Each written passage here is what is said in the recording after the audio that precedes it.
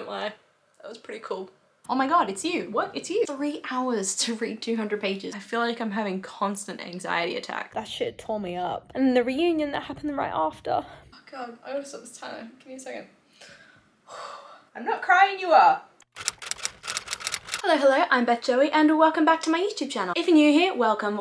This is a channel where I paint my face, turn my camera on and talk about some books. This is my second time trying this video and the first time you will never see because I deleted all the content because it was horrible, but I thought I would have to try again and do another 24-hour reading vlog where I essentially time all the books that I'm reading for a period of days, all the moments where I pick up a book and read a bit and make up 24 hours of reading content just to see how many books I can read in that time frame. I'm really actually interested. But of course, when I finally decide to film this video again, it's right as I'm picking up probably the 2 longest books on my TBR. 600 and something pages, and I think this one gets up to like 1,000 pages. So I'll be amazed if I can even just read these. So if you're not already aware of Tower of Dawn, it is book like 6 or so, I think, of the Throne of Glass series, which is a series following Selena Sardothian, who is an assassin living in Aurelia. At the beginning of the series, she is imprisoned in a prison camp called Endovia until one day 2 men, a prince and a captain of the guard from Adelan, the sort of capital of Aurelia, come to free her from the prison and give her the opportunity of a lifetime to participate in a competition where she will attempt to become the king's champion. This would essentially mean a future freedom for her after I think 7 years of service. So naturally she takes them up on the offer. She moves to court, deals with rebellion, love triangles, betrayal, best friends, all those sorts of things in this series, and my god, it expands so much by the time we finally get to Tower of Dawn. So I'm starting this book today and I will be running you through 24 hours worth of reading this book and probably Kingdom of Ash. Like, this is going to be a Throne of Glass finish the series vlog at the end of the day, let's be honest here. So I have got my stopwatch on my phone. I'm going to lap this every time I finish a book so we can see how long it takes me to read these, and let's get started with this vlog.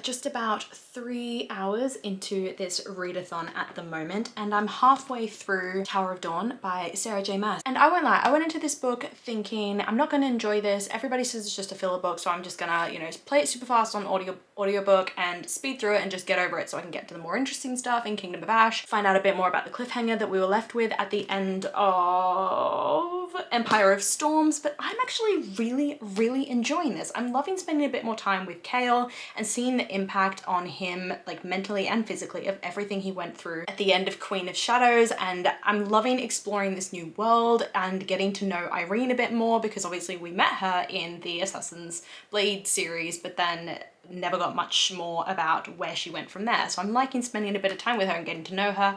I'm liking how sassy she is. I'm liking that, you know, she's clearly going to be important to the end game because there are people who are after her, which are very important to the rest of this war. So we need to find out like what role she's going to play. And I like that the characters that were mentioned in the Assassin's Blade are actually getting a bit of time and a bit of depth, and Yrene is one of the ones that we hadn't really learnt from since that book, but now we're actually getting to spend time in her head. She's a really fascinating character. I think the healers are so fascinating. I think the world that they're in is so fascinating. It kind of feels a bit like a utopia, and I'm just waiting for the moment that it turns into a bit of a dystopia and something goes wrong and one of the wrong child gets picked to be the next ruler, or the family just falls apart or something. I'm so intrigued by that royal family and how the whole world seems so incredible, but the family is so dysfunctional and so just against each other. And yeah, I'm very much very interested by this and exploring a bit more about that relationship between Nesryn and Chaol and how that works, because that was obviously quite vague in the previous books because we didn't spend a lot of time with those two. So yeah, Really enjoying this, really enjoying the new element of like Beast in the Sky that's coming in as well, because other than the Wyverns, we really had no hope of defeating, or other than Manon's Wyverns and her 13, we really had no hope of defeating the Wyverns of the rest of the Witch Coven. So I'm interested to see how that's going to come into play later on when we introduce these winged creatures into the plot. And yeah, and I won't lie, there's a little bit of a romance in this book that is very, very much enjoyed. It's a bit angsty, very much enemies to lovers in a bit of a way, and I'm really hoping it turns out the way I want it to and Sarah J Maas doesn't pull a fast one on me like she always does. Anyway, yeah, I'm halfway into this book. I am up to part 2, which is called Mountains and Seas, and I'm just going to keep reading and keep enjoying this. I'm smashing it out. So yeah, let's get back.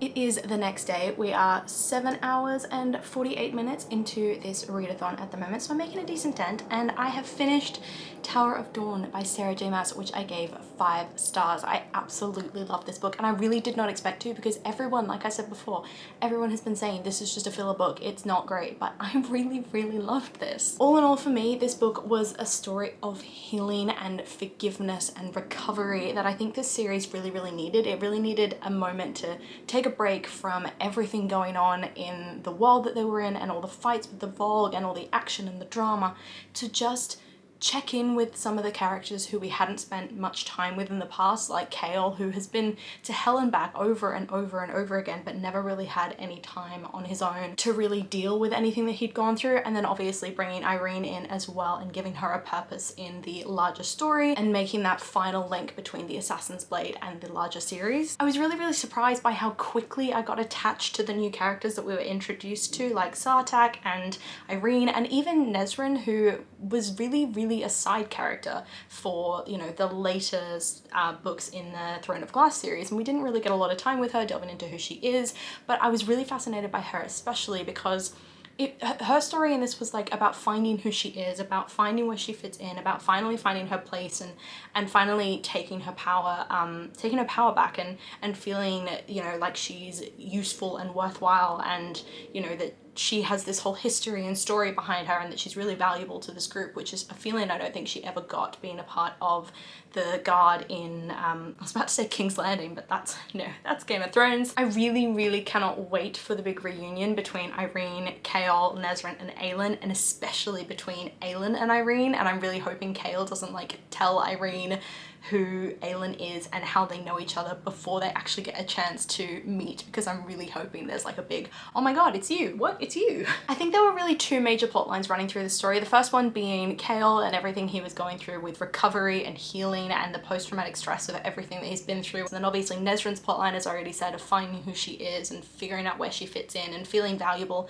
And I think the sort of third plot line of the Vogue and, you know, linking it back to the other stories in this series was definitely important, but it felt secondary to those other plot lines. It felt as like this, we have to have it in here as a link back to the rest of the series, but that's not what this book is about, and I really appreciated that. So yeah, I really enjoyed this. I gave it 5 stars. I am so excited, but also so scared to get into the next book, Kingdom of Ash. But before I do, because these books are part of my big Sarah J Maas reread that I'm doing at the moment, where I read everything in publication order, I actually have to jump into A Court of Frost and Starlight first. So I'm gonna be reading this one next. Hopefully I can smash it out within like a couple of hours, because it's only like 230 something pages. So this one will be just like a quick smash it out, get it done, give you my thoughts, and then we will jump right back into Throne of Glass and just finish that series, which is terrifying to me because I feel like I've been reading it for like 6 months. If you don't already know what A Court of Frost and Starlight is, it is a novella following the events of the ACOTAR series, or the ACOTAR trilogy. So this sort of connects that trilogy to A Court of Silver Flames, which is when Nesta sort of starts to get her own story. It occurs during Feyre's first winter solstice as High Lady in the Night Court, and it's really a chance for her and Rhysand to rebuild everything that was torn apart in the Night Court, rebuild their relationship, and some, you know, some fun little announcements happen throughout this book if I'm remembering correctly. So I'm super excited to read those and remember the reactions to those, and then jump straight into Nesta's story because I think she's one of my favorite characters in this series. But anyway, I'm gonna read this, I'll let you guys know what I think when I've finished it. And yeah, I'll see you in a bit.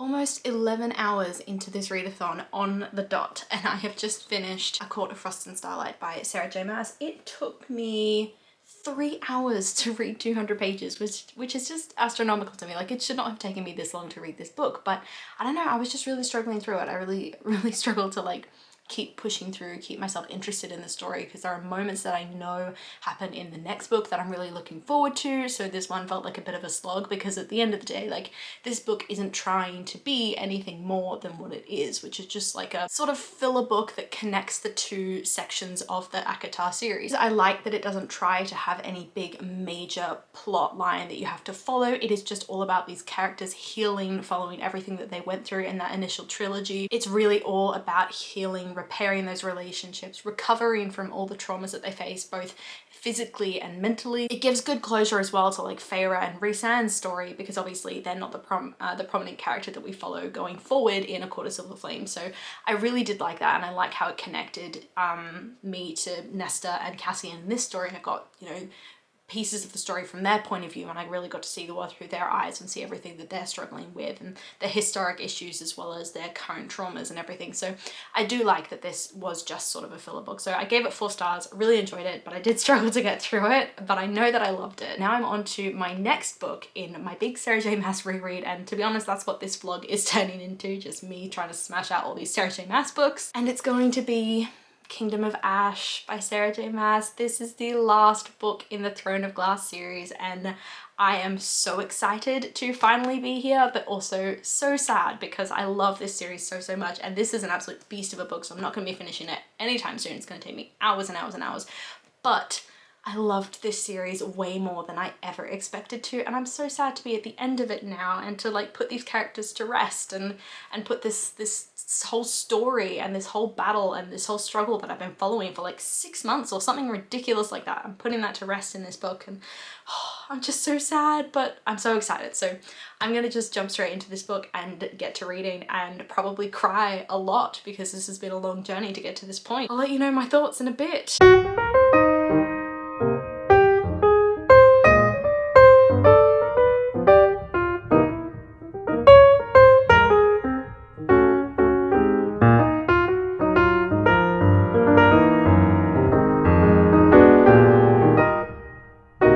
Wow, I look really pale. Sorry, I'm just looking at my viewfinder right now, and this lighting has just washed me out entirely against this black, like, skivvy, like, what's the word? Like, high neck woolen thing that I'm wearing. Anyway, I am just about 18 hours into this readathon at the moment, and I am halfway through this beast of a book, and it has had me on the verge of tears, like, over and over again, as each of the characters, like, they're going through these moments that you just don't know how they're going to come out of them. And I keep wanting to like look on, you know, those wiki fan pages to see if like the characters that I love are still going to be alive at the end of this book, but I'm like, no, like, you're going to ruin this experience for yourself if you find out what happens to these characters before you finish this book. Anyway, I am struggling. I've got something in my eye and it's killing me, so that's like gonna twitch in this video. I'm struggling through this book because I don't want it to be over. I don't want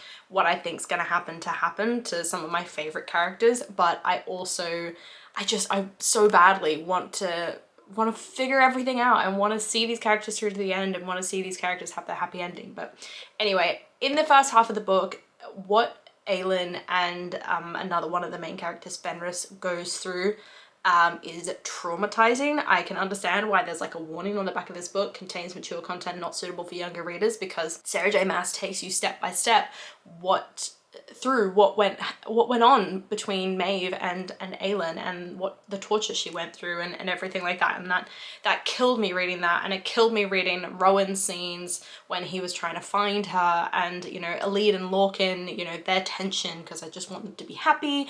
And then all the tension between Aedion and Lysandra. Like, I think so much of the beginning of this book is just that sign of like all of our group is all over the world. They're all separated. They're all so torn apart from each other. You know, relationships are breaking down, and this story is going to be about all of that coming back together and, you know, fighting and hopefully pushing through and prevailing in the end, and, you know, not needing the sacrifice that the book keeps hinting to. There is a full-on boat with like masts and everything sailing down the river at the moment outside Greenwich. That's really strange. Haven't seen that before. Why not? But yeah, so much of this book, I think, at the very beginning is just rebuilding those relationships that were destroyed at the end of Empire of Storms. And I won't lie, when I saw Chaol in his first scene in this book, I was like, yeah, he's back on scene. Like, we haven't seen him in ages. He's back. I'm trying not to be super spoilery, but I know that by the fact that I'm talking about the last book, I'm gonna be spoiling things for the rest of the series. So I will include, like, down the bottom in the title that it is a bit of a spoilery vlog. So I guess if you haven't read Kingdom of Ash and you haven't read the rest of the series, tune out now, because I'm going to be discussing things that are going to be spoilery for the rest of the series, but I'll try not to spoil this book. I like that a lot of time's being spent on recovery and PTSD and everything, and that seems to be a trend as we go through the later books in this series. I'm liking the time that we're getting between Dorian and Manon, and how they're sort of building a bond in the way that they need it, rather than the way that's kind of expected between them, as like a reader would expect from them. But anyway, I don't want to keep going on and on and on. I just want to get back to reading this because I'm so excited by it. So I'm going to dive back in. I'm going to keep reading, and hopefully the next time you see me, I will have finished this book. I've got about 7 hours left of the audiobook to go, that much left of the actual book. Whew, this is taking a lot out of me. Goosebumps. Literal goosebumps. Oh my, I'm tearing up. I won't lie, I'm tearing up a little bit. Everything that just happened with Manon, like, my god. Halfway through the book, you know, she finally gets that acceptance that she deserves, and she's finally got like her place in the world, and yeah, it's just goosebumps, all of it. So many goosebumps. I'm not crying, you are.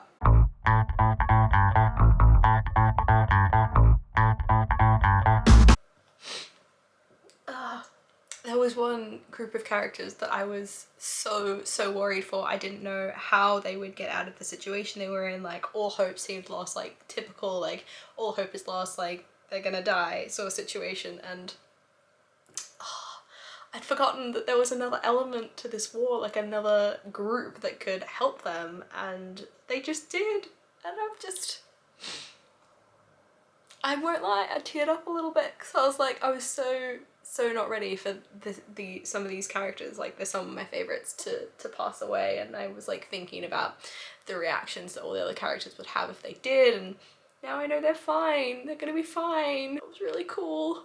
It was a really cool moment. I won't lie. That was pretty cool.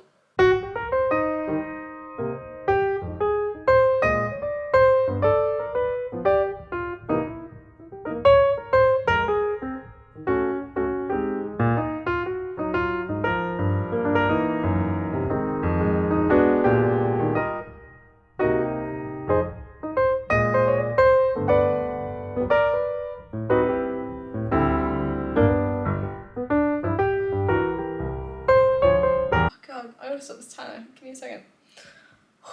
I don't know why I keep falling for it. Like, every moment I'm like, man, these characters I love, they're gonna die. And I keep falling for it, and then something happens and they get saved, and it makes me cry every time. I can't cry, I'm wearing makeup. Can't cry.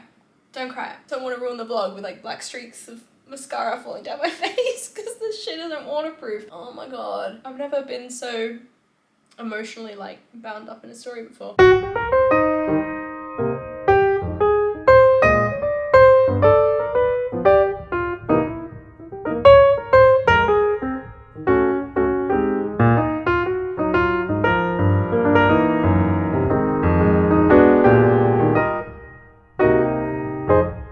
Camera just went out of battery, but the sacrifice that just went down about page 750-ish, that shit tore me up. Like, ah, I was bawling. And then the reunion that happened right after, it was so sweet. Oh god. Okay, I need to like stop crying. I don't think I've ever read a book that tore me up this much. And I've read some real depressing books. Okay, I'm gonna get back to reading. This is getting ridiculous.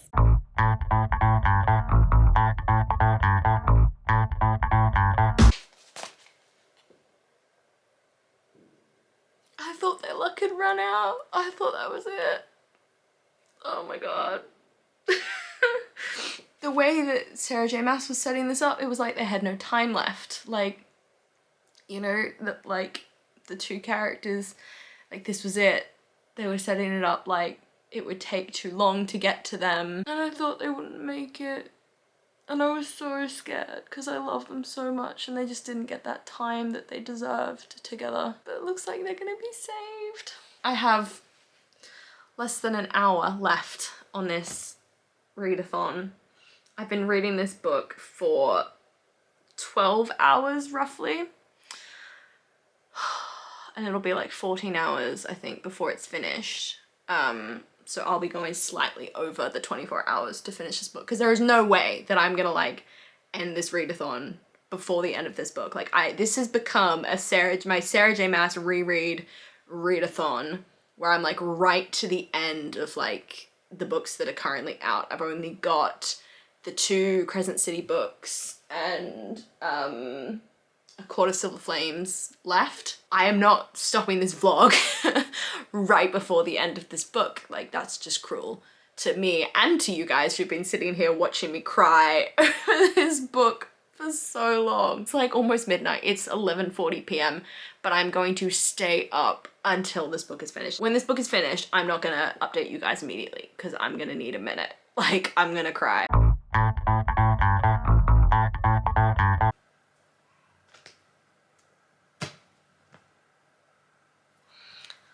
I just finished it. 5 stars.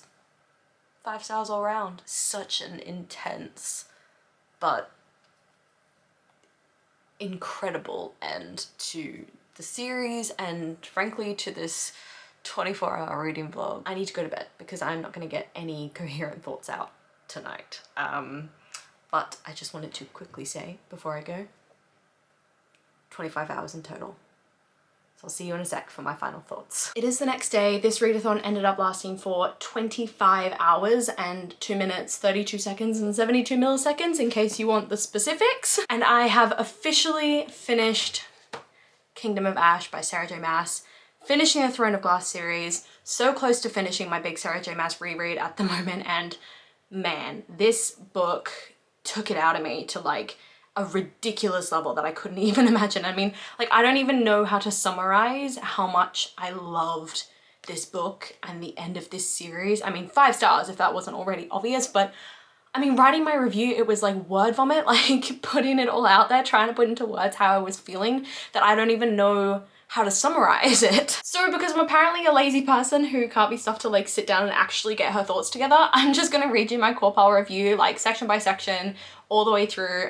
It's a little bit long, so if you don't want to know, just skip past this a bit until I put this book down and just get to the end of this video. I don't know, but like I don't know how else to summarize what I was thinking. So here's what I wrote. So for characters, I said, I cared so much about each and every one of these characters by the end of these series, maybe even too much, because I was tearing up and crying so often throughout the read. The state that Aelin and Fenris began the story in was so brutal, and the journey of recovery they went on afterwards was so important to their growth. It made me like Aelin so much more than I had in previous books. I both loved and hated that the book began in such a horrible place, with relationships torn apart and characters physically spread throughout the continent and unable to assist each other or even know what was going on. Aedion and Lysandra's storyline hit me hardest, I think. Every time I was in one of their POVs, it would just feel like the world was ending and they would never get out of their situation alive, and they'd die having never resolved things. But each time they were saved, it tore me up with relief. Elide and Lorcan's journey to forgiveness was beautiful, and I loved how the cadre were able to rebuild when the time was right, even if it ended up meaning that they would never fight together like that again. And Irene's role at the end of the story, I was amazed that such an integral role would be played by a new character, but it fits so well, and the girl boss vibes in that moment were everything. Lastly, Manon. My heart bled for Manon and everything she suffered towards the end of the book. I legit have goosebumps now just thinking about it. Every character in this story got renewed levels of depth, and I know they're going to stick with me for a while yet. So that was just characters. Atmosphere, I then went on to say, this was so incredibly immersive. I could feel the energy in each battle scene, especially those involving Lysandra and Adian, where I was legit having a minor panic attack every time the book went into their POV because it was so intense. Maybe it's because I've spent 8 books with these characters, but I could picture every single one of them in my mind and all that they were going through, which is just insane to me. I could even picture Aelin charging into battle on the Lord of the North, which was just such a cool moment. You know, the atmosphere from a book is amazing when you immediately want to read it again, but are terrified too. Then for writing, I said, as always, Sarah J Maas's writing was so captivating and so well balanced. The internalization and monologues were perfectly placed for when a character was going through something internally and needed to sort through it, but the dialogue drove the story forward. It flowed beautifully and was so easy to follow and effortless. So that was a short little one. Then I went into plot, which is another paragraph, and said, the pacing was amazing. I loved how I would be thrust into a tense battle scene, and then in the next chapter I'd get something happy or calmer happening in a different POV. It felt so important that so much time in the story was spent on the emotional and mental recovery of the characters, though I will admit that I have no idea how some of them will ever recover from the horrors they faced. I liked the girl boss moment at the end of the story, though I will admit it was a little cheesy. The plot continued to surprise me multiple times, and with every Hail Mary that was attempted in battle and every saving grace moment as someone unexpected came to the rescue. And in the end, it was all so worth the journey of rereading this series. I was so connected to so many characters, and I'm sad that some of my favorites passed, but the way they did was with such respect for everything that character stood for. It didn't feel needless or just for the point of destroying the reader. It has left me wanting so much more and praying that we'll get a brief glimpse into where these characters are now when Sarah J Maas's universes collide. Then I went into intrigue, and it said, I legit went 2 days basically doing nothing but reading this book, so yeah, you could say my intrigue was sky high and the plot kept me thoroughly engaged. And then for logic, I went on to say the logic was great in this story, the magic was easy to understand, and all the characters acted in accordance with their motives. The emotional trauma of each character was dealt with in a way that made sense, and when some characters lost their magical abilities, the reasoning for that made sense too. I loved how often the story would come full circle as well, especially with those moments between Dorian, Chaol, and Aelin when they would go back to where it all began. And then for enjoyment, I finished up with, I'm so sad this series is over, and I think it's going to leave a weight in my chest for a long time to come. But I'm so glad I gave it another chance and read to the end because it was so worth it. So, I mean, yeah, 5 stars, that says it all about how much I loved this book. I don't think I'm ever gonna forget reading this book, and I'm never gonna forget this series. I didn't expect to love it as much as I did. I definitely went into Throne of Glass going, okay, this is gonna be the series I read because I have to, not because I want to. Like, I thought I was gonna struggle through Kingdom Bash, but now I think it's up there. It's like a serious contender for my favorite Sarah J Maas. Just, I don't know, something about being with characters for 8 books, you get so attached to them, and then when they're going through things, it's so hard. But anyway, we are officially at the end of this 24-hour readathon. I have read 3 books in this period of time. I think it was Tower of Dawn, Kingdom of Ash, and A Court of Frost and Starlight. I think that's all I read in this video. Let me know down below if I'm wrong. It's been a long 24 hours and it's been an experience. It's been so good to smash out a couple of Sarah J Maas's in a row and get a decent dent done in my big Sarah J Maas reread at the moment. As always, come and chat to me in the comments down below if you enjoyed this video. Come and let me know if you want to see more of this sort of stuff. Let me know if you've done this sort of thing or just what you're reading at the moment, whether you're loving it, hating it. Come and chat to me in the comments down below. I love talking to you guys, and I do my best to reply to every single comment. I really hope that you enjoyed this video. I know I did, and if you did, please do let me know by liking, subscribing, and hitting that notification bell all down below. It is a super easy way to help my channel grow, and I will see you lovely people in my next video. Bye.